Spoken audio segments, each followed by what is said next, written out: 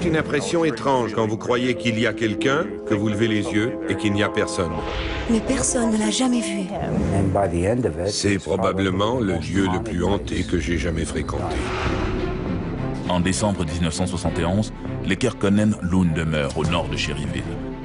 Mais une autre locataire s'invite dès leur arrivée pour s'occuper de leur bébé. Le CNE à Toronto est réputé pour la popularité de ses expositions. L'une d'elles, le CNE La Nuit Tombée, va bientôt intéresser des chasseurs de fantômes. À Chilliwack, en 1966, une toile peinte par Etty Frederiksen se métamorphose d'elle-même. Qui, la nuit venue, corrige le portrait de l'artiste? Conversation avec les fantômes à dossier mystère.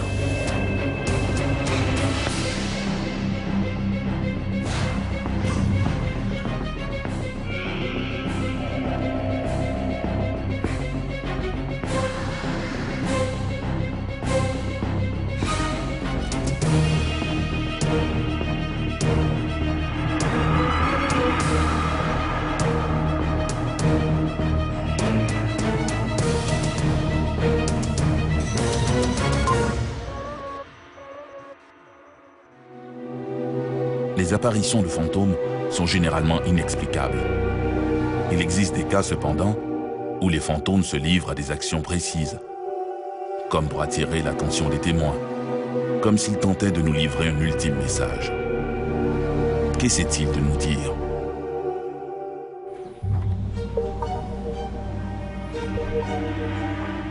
Les Kekkonen sont découragés. John réalise que l'entrée électrique a été vandalisée. La journée même, le couple a pris possession d'une ancienne maison de ferme isolée au nord de Cherryville, en Colombie-Britannique. Linda commence à regretter leur décision. La maison est dans un triste état et le couple a de très jeunes enfants. Comme elle tourne les yeux vers la fenêtre, Linda voit une jeune femme lui sourire.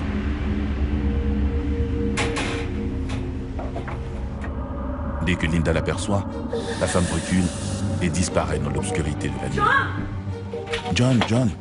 Elle appelle son mari qui travaille dans la cave. John!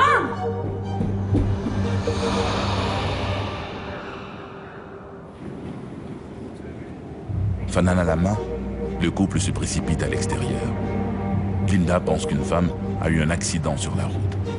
Mais dehors, il n'y a personne. John fait réaliser à Linda que leur chambre est au deuxième et qu'il n'y a aucun balcon. Ce doit être un fantôme, plaisante-t-il.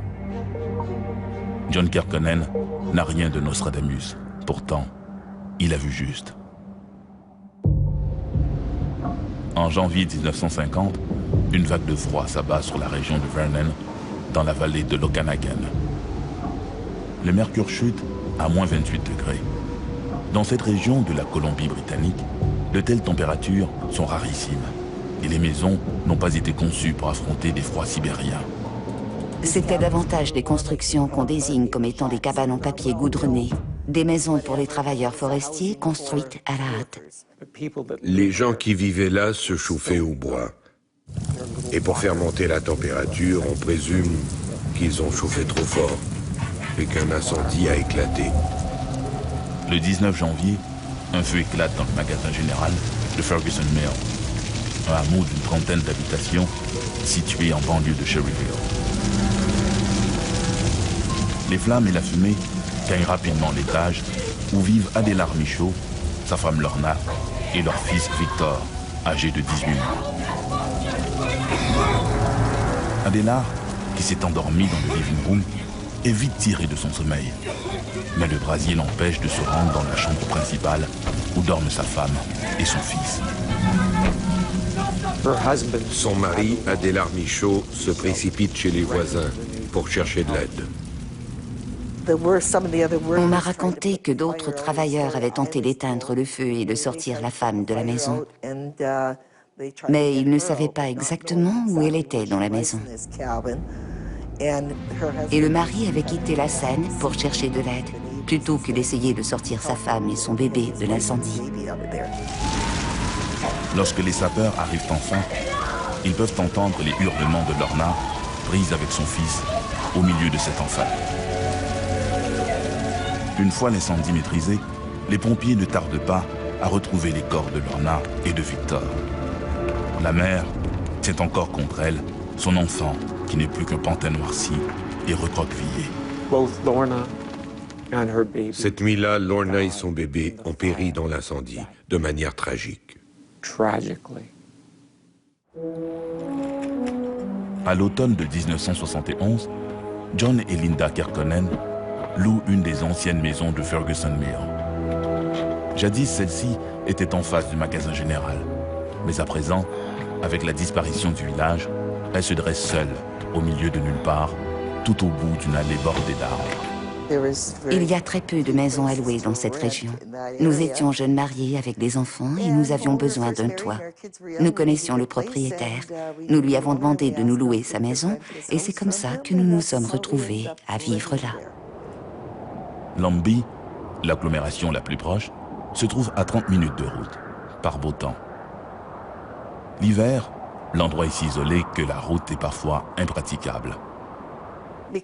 Nous étions en pleine campagne et il n'y avait pratiquement rien autour. Et de déménager là, c'est beaucoup de travail. Ce n'est pas l'histoire de quelques heures, mais c'est l'affaire qui occupe toute la journée et le soir, vous êtes très fatigué. L'endroit est vétuste. Les murs sont lézardés et la toiture a sérieusement besoin d'être colmatée. Même l'installation électrique n'est plus fonctionnelle. Avant que nous aménagions, quelqu'un avait vandalisé la boîte électrique et nous n'avions plus d'électricité. Nous avions des lampes à huile. En revanche, le loyer est ridiculement bas et le couple, qui passe une période financière difficile, voit plutôt l'affaire comme une opportunité. John est d'ailleurs un peu bricoleur et ses travaux de restauration ne lui font pas peur. Lorsque les Kekkonen débarquent, la saison est déjà avancée. Les nouvelles neiges sont là. Pour l'heure, leur préoccupation est de rendre l'endroit habitable et douillet.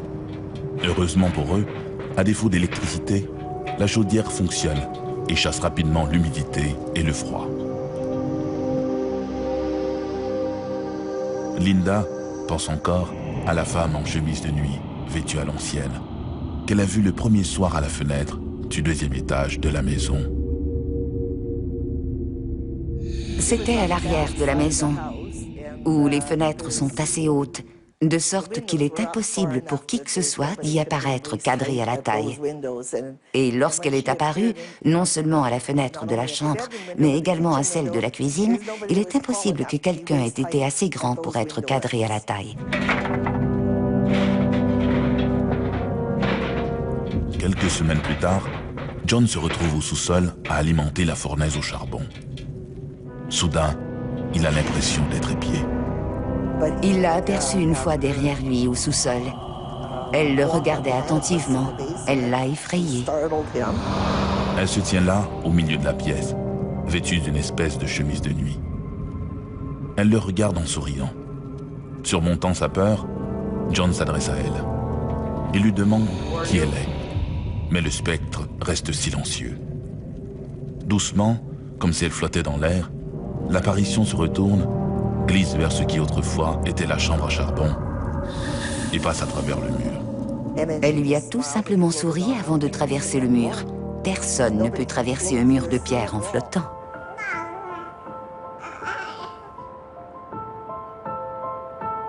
John remonte à l'étage. Estomaqué, il confie à Linda sa rencontre avec la femme mystérieuse en robe de nuit. Linda sait qu'elle n'est pas un fantasme. Elle la voit près de son bébé. Elle insiste, mais John ne voit rien. Cependant, il doit se rendre à l'évidence. Pour les Kekkonen, une réalité s'impose. Leur maison est hantée. C'est une réalité avec laquelle nous sommes devenus progressivement très à l'aise. Elle était là, comme une présence réconfortante. Quand notre fils était bébé, et il était très malade à cette époque, et quand il pleurait, elle apparaissait. Elle ne se montrait pas toujours, mais nous sentions sa présence au bruit de ses pas sur le parquet. Et à l'occasion, elle se montrait. Souvent, ils entendent des bruits de pas dans les escaliers menant aux étages, ou encore dans la chambre des enfants, située au deuxième plancher. Partout où se trouve leur bébé, les Kerkonen ressentent une présence bienveillante. C'est comme si elle communiquait à sa façon. Quand le bébé pleurait, elle était là. Et elle me souriait toujours quand j'arrivais. Elle créait comme une atmosphère de confort. Aux apparitions de la femme en robe de nuit et aux bruits inexplicables, s'ajoute bientôt la disparition d'objets. John est numismate à ses heures. Il retrouve des pièces de sa collection un peu partout dans les endroits les plus inusités, comme si la présence communiquait par ce jeu. Durant les mois d'hiver, Linda se retrouve souvent seule. John, qui était bûcheron, travaillait loin de la maison et ne revenait que les week-ends. En conséquence, c'est Linda qui devait pelleter la neige de l'entrée. Pour entretenir l'allée menant à la maison, elle doit parfois sortir pour pelleter. À ce moment-là, elle laisse les enfants seuls dans la maison. Nos deux enfants n'étaient que des bébés. Notre fils n'avait que quelques mois. Je ne me suis jamais sentie inconfortable de laisser les enfants seuls dans la maison pour sortir pelleter en hiver, pour déglacer le canal qui amène l'eau du puits. J'ai toujours senti qu'elle veillait sur les enfants. Lorsqu'elle lève les yeux vers la fenêtre de la chambre des petits, elle peut voir, derrière la vitre, une forme lumineuse qui la regarde. Elle sait alors que le fantôme veille sur les enfants. C'est comme si elle avait été auréolée de lumière pour qu'on puisse la voir. Il semble que Lorna ait été plus active à l'époque où la famille avait de jeunes enfants. Le printemps suivant, les Kerkonen sont obligés de déménager de nouveau. Le propriétaire de la maison ayant décidé de louer les lieux à un membre de sa famille. Nous avons vécu là de novembre 1971 à mai 1972 et nous avons continuellement senti sa présence durant tout notre séjour là-bas. Pour les Kerkonen, c'est une situation triste. Ils doivent quitter cette maison qu'ils avaient entrepris de rénover et en plus Linda doit faire ses adieux à cette mystérieuse femme aux cheveux bruns qui a veillé tout l'hiver sur ses enfants. Lorna aura été aperçue par 3 familles différentes sur une période de près de 50 ans.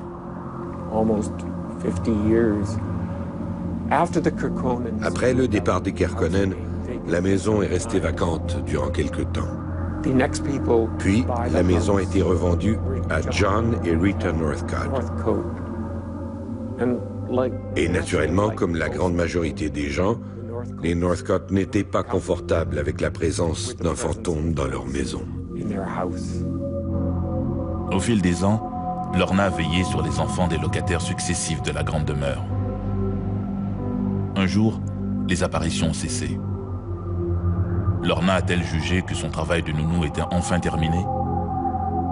Que le temps était venu pour elle de se reposer pour l'éternité? Qui sait? Une vieille maison en décrépitude et sans électricité, située dans un secteur isolé, c'est l'endroit idéal pour tout bon chercheur de fantômes. Mais la plus importante foire annuelle du Canada, avec ses milliers de visiteurs, soir après soir, n'est pas a priori le meilleur endroit où rechercher des fantômes.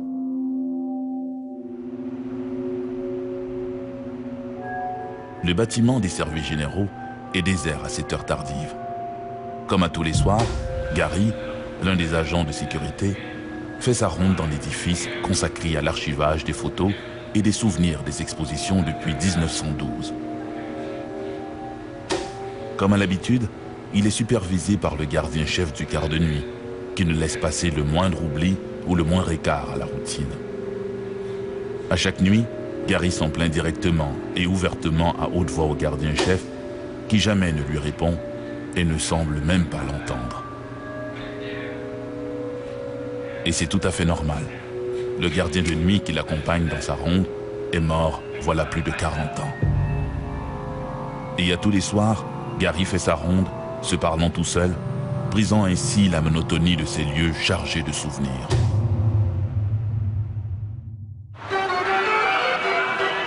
L'Exposition nationale canadienne connu également sous les abréviations CNE, ou plus simplement X, est une foire annuelle estivale qui se tient depuis 1879 au cœur de Toronto. Pour le grand public, cette exposition est synonyme de lumière scintillante, de jeux et de rires saluant la fin de l'été. Cependant, pour le personnel, X est également un site qui recèle plein d'histoires secrètes, de tragédies, d'événements inexplicables, des fantômes oubliés de l'histoire. L'Exposition nationale canadienne a été fondée en 1879, mais originellement, il s'agissait de l'Exposition industrielle de Toronto. Comme toutes les expositions de l'époque, elle avait été fondée non pas pour promouvoir uniquement l'agriculture, mais également les arts et l'industrie. Il y avait une prison juste derrière nous, un centre de transition pour les immigrants sur l'avenue Strong, et également un asile pour malades mentaux sur la rue Queen. Chaque année, durant le CNE, nous organisions une exposition thématique. Et une année, nous nous sommes dit, pourquoi ne pas mettre un peu de piquant et parler des fantômes qui hantent le bâtiment? Car au fil des ans, les employés ont commencé à rapporter diverses histoires sur ce qu'ils avaient vécu dans les différents bâtiments. Et nous nous sommes dit que ça pourrait intéresser le public. Alors en 2009, nous avons mis sur pied le CNE La Nuit Tombée. Et à cette occasion, Richard Palmisano est venu voir l'exposition. J'ai été sidéré d'entendre des histoires en provenance d'autant de membres du personnel. Et c'est pourquoi j'ai approché la direction des archives, le service qui supervise les archives du Centre national des expositions et de la place des expositions de Toronto. Je lui ai demandé la permission de venir enquêter sur les fantômes. Et elle a accepté.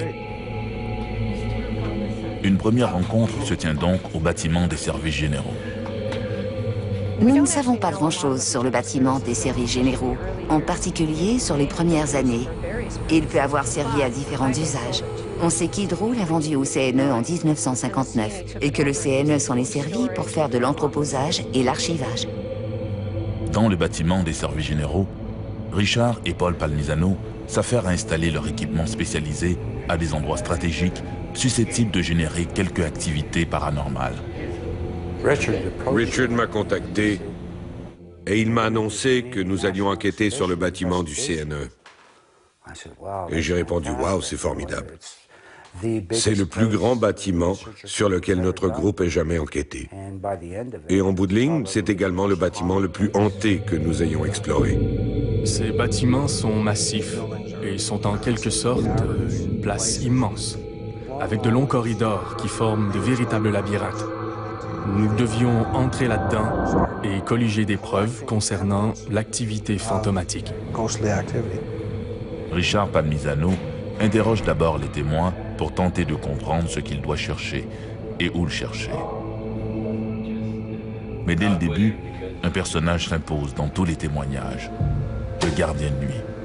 Nous croyons qu'un des gardiens de nuit est mort dans le building et tout le monde dans ce bâtiment depuis des années parle du gardien de nuit. Oh, ce doit être le gardien de nuit. Nous avons entendu des histoires concernant des clés. Quelqu'un marche dans le corridor et on entend un bruit de clé, mais personne ne l'a jamais vu. Quand j'étais nouvelle ici, je travaillais à classer des papiers et il voulait me surveiller. Il voulait être certain de ce que je faisais. Je montais, je descendais, je devais être à mon poste et je l'ai aperçu, debout, qui me surveillait.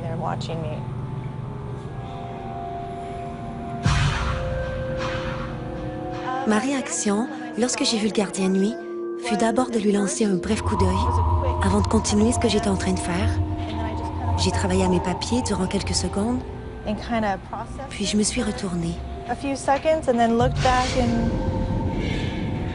Je n'ai pas eu peur. Je n'étais pas émotive ou rien de cela. J'ai arrêté ce que je faisais et je suis allée voir la directrice des archives pour lui demander si elle avait eu d'autres rapports concernant un monsieur ayant l'air d'un agent de sécurité.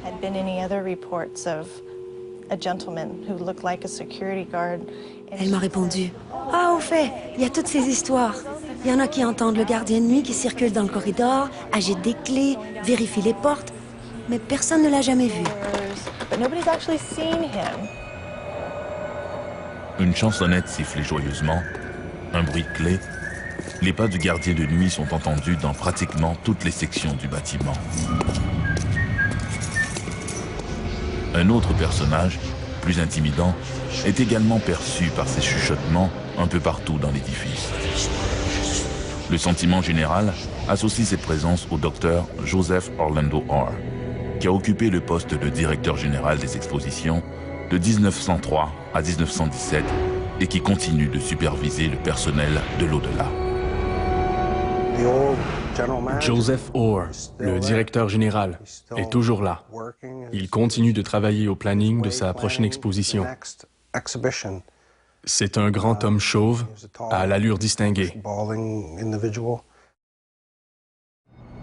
Richard Palmisano croit que certains chuchotements entendus par le personnel du CNE pourraient plutôt être ceux de Joseph Rosenthal, qui a connu une fin tragique dans le bâtiment. L'histoire de ce building remonte loin. C'était, je crois, en 1912. Un gentleman, Eli, partenaire de M. Rosenthal. Il vendait les matériaux recyclables du bâtiment d'Hydro, une activité illicite. Il se faisait payer au noir.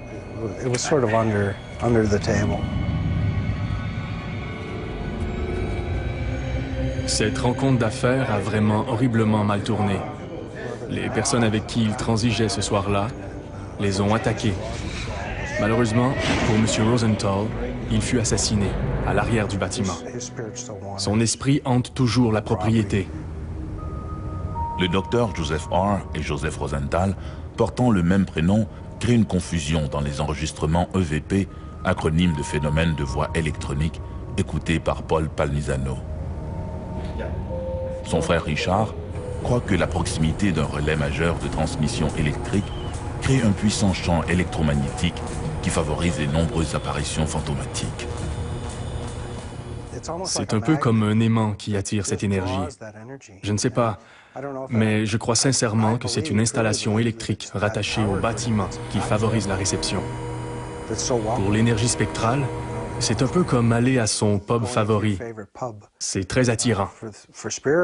C'est la seule manière dont je peux expliquer qu'il y ait tant de fantômes dans ce bâtiment.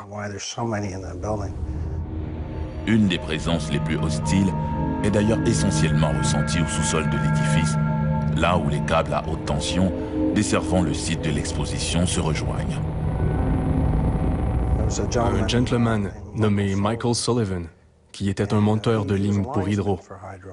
Une nuit, il y a eu une explosion dans le bâtiment, au sous-sol. Et cela a pratiquement privé toute la ville d'électricité. Tout est devenu noir, mais heureusement, personne n'a été tué. Les pompiers ont éteint l'incendie, et le lendemain, Michael Sullivan s'est présenté au travail pour tenter de réparer l'installation électrique.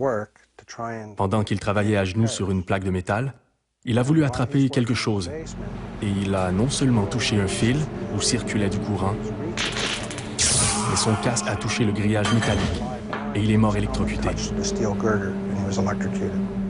Michael continue de hanter le sous-sol.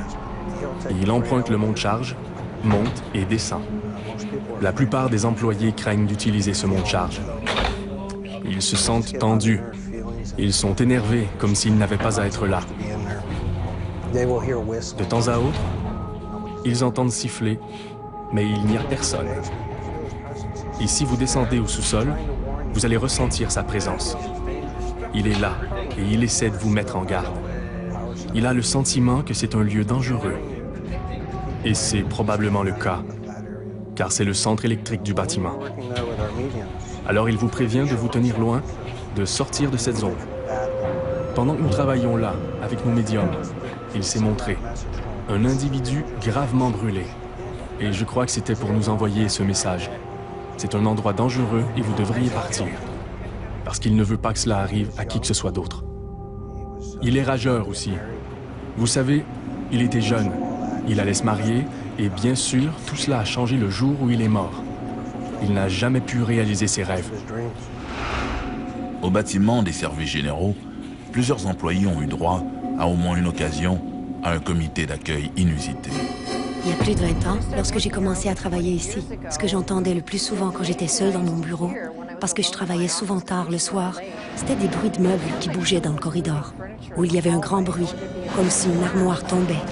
Je me précipitais pour voir ce qui était tombé ou ce qui avait bougé, mais tout était en place. Ce qui est apparemment assez caractéristique des lieux hantés où on entend de grands bangs et des bruits d'objets qui tombent. C'est exactement ce que nous avons l'habitude de vivre. Un soir où je travaillais tard pour préparer l'exposition du CNE, j'ai remarqué un bruit au bout du corridor. Alors je suis allé jeter un coup d'œil dans le couloir et j'ai aperçu une silhouette fugitive qui ressemblait à un agent de sécurité. Il marchait dans le corridor et rendu au bout du corridor, il a tourné et a traversé la porte. C'est la dernière fois que je l'ai vu. Mais j'ai également fait l'expérience de diverses impressions. Quelqu'un qui vous regarde, quelqu'un qui vous surveille. Différents trucs comme ça au fil des années. Vous savez, c'est une impression étrange. Quand vous croyez qu'il y a quelqu'un, que vous levez les yeux et qu'il n'y a personne. C'est une petite toilette au 3e étage. J'aime bien y aller parce qu'il y a des gens avec qui je ne souhaite pas partager le même cabinet. Alors j'ai ma routine, je monte, je vérifie s'il y a quelqu'un. Il n'y a qu'une seule porte pour entrer et sortir. Alors j'y vais, je vérifie qu'il n'y a personne et j'entre pour faire mon affaire. J'entre dans une des cabines, conscient que la seule entrée possible est à gauche. Il n'y a pas de porte du côté droit et la cabine est à peu près au centre de la pièce. Je savais que j'étais seul parce que, comme je l'ai dit, je suis très maniaque en cette matière.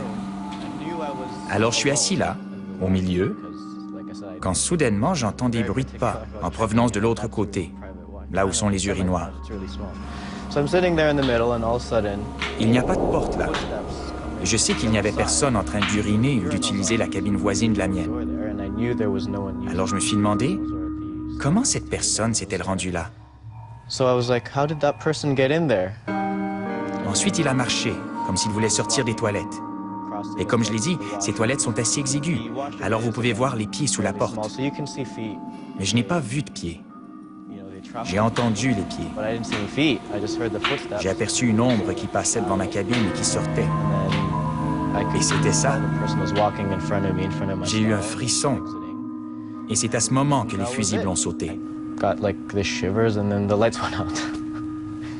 Devant un tribunal, quelqu'un dirait aux 12 jurés « Je l'ai vu » et l'accusé se retrouverait en prison. Mais si cette même personne disait « 12 personnes ont vu le même fantôme », tous diraient « Ils hallucinent ». Devant faire des heures supplémentaires tard le soir, une nouvelle employée, inquiétée par toutes ces rumeurs de fantômes, se rassure car ce soir-là, par chance, elle entend les échos d'une fête qui se déroule à l'étage supérieur. Elle décide de se joindre au groupe de fêtards. Je marchais le long du corridor et je suis arrivée à un point où j'entendais qu'il y avait une fête en cours.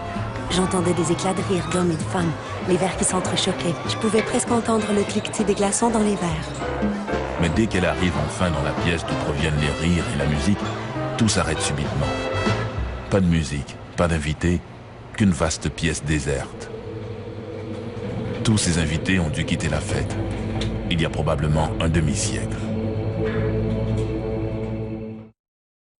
À chaque fois que je mène une enquête, j'implique un maximum de témoins. Alors ils racontent leur histoire, des histoires que je crois plus importantes que celles que moi je vous raconte.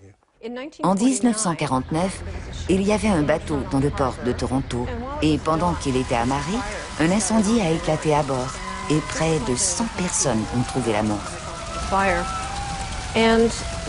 Comme la morgue était débordée par le nombre de victimes, on a amené plusieurs corps sur le site du CNE, dans le bâtiment dédié à l'agriculture pour en faire une morgue temporaire.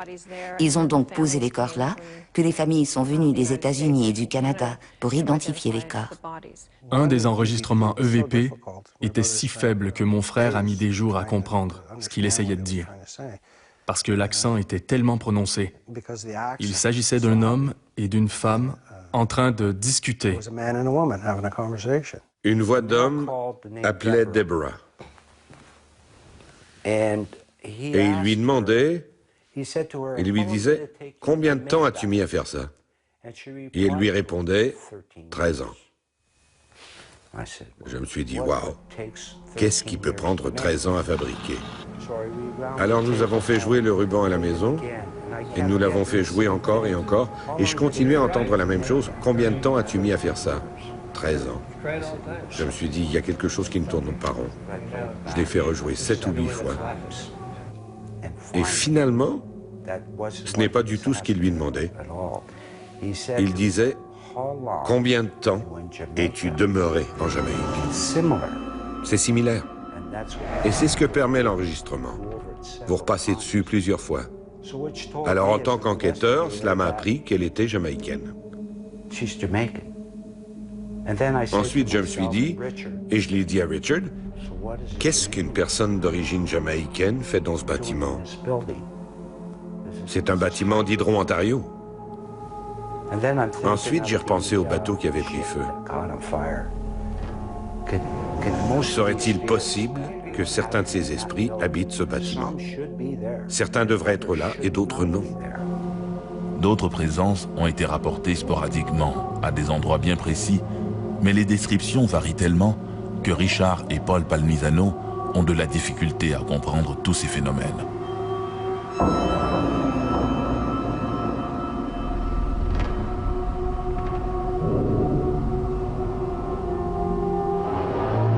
Nous avions le gardien, le directeur général, et nous avions une dame avec un enfant, vêtue d'une robe et d'un grand chapeau. Il y avait d'autres spectres qui chuchotaient ensemble. Notre premier enregistrement EVP était celui d'un fantôme mâle qui appelait un prénom. Et Danny répondait au fantôme en faisant des bruits, comme s'il secouait des petits jouets de bébé, des maracas ou d'autres instruments qu'il semblait porter sur lui. J'ai appelé Richard et je lui ai dit, je ne crois pas que Danny puisse parler. Je crois qu'il est muet. Parce qu'à chaque fois qu'un autre fantôme mâle l'interpelle, il fait jouer tous ses petits instruments.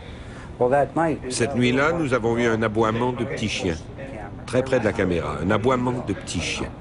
Nous avons également fait appel à un voyant. Il est venu aux archives et nous a donné certaines informations. Puis il nous a demandé, qui est ce petit elfe aux cheveux rouges? Elfe aux cheveux rouges. J'ai simplement gardé ça en mémoire. 13 mois s'écoulent et Paul Palmisano ne comprend toujours pas ce qu'est Danny. Lors de la dernière séance d'enregistrement de ces échos de l'au-delà, les EVP, il entend Danny marcher pour la première fois. J'ai entendu marcher plusieurs fantômes. Et habituellement, les talons touchent le sol en premier. Mais dans le cas de Danny, la pointe de sa chaussure touchait le sol en premier.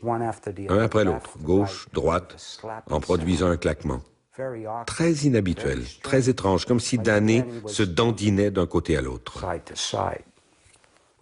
Nous avons ramassé notre équipement et sommes rentrés à la maison. Et cette nuit-là, une lumière s'est allumée dans mon crâne. Le lendemain, j'ai dit, je m'en vais à la bibliothèque. J'ai dit à la bibliothécaire, je vais avoir des livres sur un certain sujet. Elle m'a trouvé les livres et je les ai parcourus. Puis, sans aucun doute dans mon esprit, j'ai appelé Richard et je lui ai dit, il faut qu'on se rencontre. Je crois que je sais qui était Danny dans la vie. Nous nous sommes rencontrés, nous avons pris un café, puis il m'a demandé, qui crois-tu qu'était Danny? Je lui ai raconté que je revenais de la bibliothèque et que tous ces sons, ces petits instruments, ces petits chiens qui aboient, ce petit elfe aux cheveux rouges, sa manière de marcher, je crois que dans la vie, Danny travaillait au Canadian National Exhibition à titre de clown. Il avait des souliers de clown. C'est ce qui explique le claquement. En feuilletant les bouquins de la bibliothèque, où j'avais demandé à la bibliothécaire de me fournir des œuvres sur les clowns, il y avait une petite personne habillée en clown, et il avait un sifflet. Il y a un lien entre le passé et le présent. Vous avez des gens qui cultivent la mémoire, qui prennent tous ces événements, tous ces souvenirs, et qui les classent dans des boîtes, les posent sur des étagères, les exposent. Ils écrivent sur le sujet. À la fin, ils travaillent à garder tous ces souvenirs vivants, et c'est ce qui attire les esprits vers eux. Alors, il est très possible que certains de ces esprits, qui sont attirés par ce bâtiment, aient des liens très étroits avec ce qui est entreposé ici. Peut-être qu'une famille a fait don d'une collection, et peut-être que les esprits en faisaient partie. Même si ce n'est pas leur maison, ils sont attirés là. Quand ils montent une exposition, c'est tellement attirant. Où voulez-vous qu'ils aillent? Et ce ne sera pas différent lorsque vous serez mort, je crois. Ça attire. Ça vous dit, « Hey, viens voir ça. Nous sommes heureux. Nous passons un bon moment. Allez, viens. » C'est la curiosité qui les attire là. Et ils ne veulent plus partir. Alors qui sait, nous sommes peut-être le port dans la tempête qui attire les esprits naufragés. D'une manière comme de l'autre, ce sont les témoins silencieux de l'histoire qui ont fait qui nous sommes.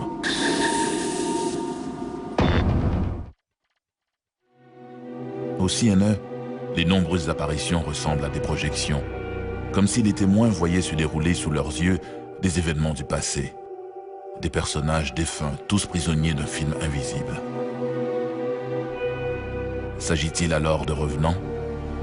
Dans d'autres histoires, la volonté derrière les manifestations est beaucoup plus claire, comme dans l'étonnante histoire de Etty Frederiksen et de son tableau « Hanté ».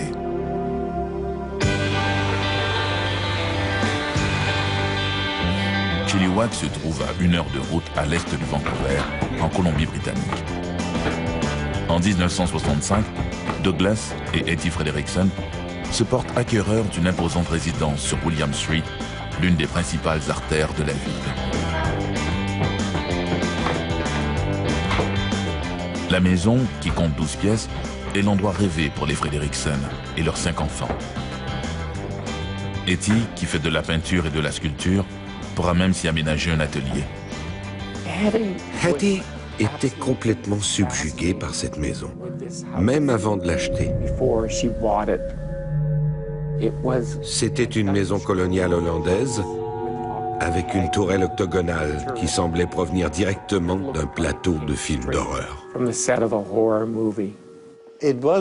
Au départ, elle n'était pas hantée. Quand ils ont aménagé, tout était normal. Et au cours des premiers mois, elle a commencé à peindre. Vers le mois de mai, elle a commencé à entendre des bruits à l'étage.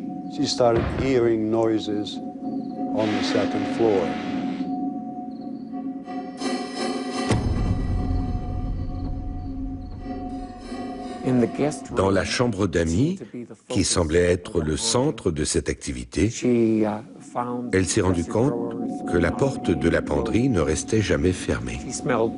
Il y avait une odeur de parfum qui flottait dans la pièce. Le lit semblait avoir une personnalité et bougeait dans la pièce comme s'il cherchait une position plus confortable. Nuit après nuit, Etty fait un cauchemar récurrent. Elle a écrit plusieurs lettres où elle racontait qu'elle faisait un cauchemar récurrent. Dans son rêve, elle regardait en bas, depuis le plafond, le plancher du couloir de l'étage. Sur le plancher, elle pouvait voir une petite femme vêtue d'une redingote rouge et jaune et qui avait une expression de terreur sur le visage. Hattie rêvait d'une femme étendue sur le sol, portant une robe fleurie rouge. De toute évidence, elle était morte. Comme ses rêves progressaient, elle apercevait le corps de cette femme qui se momifiait. Elle était fascinée. Elle n'en tirait aucune conclusion, mais elle voulait en savoir davantage à propos de la maison. En mai 1966, persuadée que cette femme n'est pas qu'une simple image onirique, Etty se met en quête de découvrir son identité. Elle croyait que, si elle passait la nuit dans cette chambre, elle se disait qu'elle verrait peut-être les tiroirs s'ouvrir ou le lit bouger. Mais rien de ce genre ne s'est produit. La deuxième nuit, elle a aperçu quelque chose à la fenêtre. Ce n'était pas vraiment un visage très net, mais une forme humaine, comme une ombre claire. La troisième nuit, elle y est retournée et a cru apercevoir la présence de nouveau. Elle a cru que c'était très intéressant et a tenté de traduire sa vision en peinture. Comme elle n'avait pas une idée claire et précise de ce qu'était ce visage, elle n'a dessiné que la moitié du visage et a laissé l'autre moitié dans l'ombre.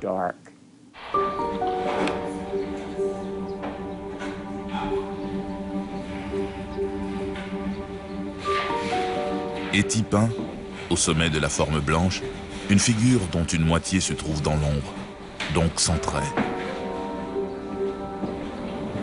Pour l'autre moitié, elle lui donne les traits de la femme de ses cauchemars, la dame en rouge. Quelques jours plus tard, l'artiste remarque que les traits de son inconnue se sont modifiés d'eux-mêmes. Au bout d'environ une semaine, la peinture a commencé à changer. Au départ, elle avait commencé par peindre une forme, la forme très floue d'une femme qui semblait maintenant se transformer en homme. Persuadée que des âmes errantes cherchent à communiquer avec elle, Etty entreprend de fouiller l'histoire de la maison. Alors elle s'est mise à faire des recherches. Elle s'est rendue à la bibliothèque, a parlé avec les anciens propriétaires de la maison, ce qui lui a appris qu'à une certaine époque, quelqu'un, un homme, s'était suicidé à l'arrière de la maison. Cela n'expliquait pas la présence de la femme, mais on lui avait raconté une autre histoire concernant une femme assassinée et emprisonnée dans la structure de la cheminée. Toutefois, cela n'avait jamais été confirmé. Ma mère tenait absolument à ouvrir le mur pour se rendre à la cheminée qui avait été scellée. Etty découvre également, dissimulée sous un papier peint, une porte dérobée menant à une minuscule pièce située au grenier. Elle était également fascinée par la tourelle, la tour, sur le flanc de la maison. Et elle voulait jeter un coup d'œil sur ce qu'il y avait là. Alors elle a retiré le panneau et s'est introduite dans la tourelle.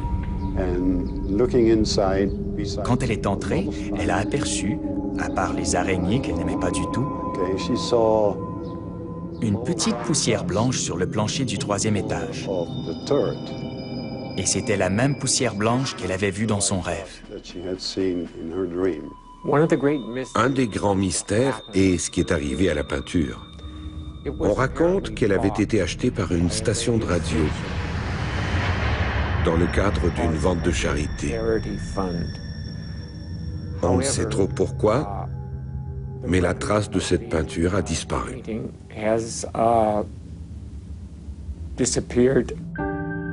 Au fil des mois, l'affaire prend de telles proportions que, en 1972, la résidence est vendue.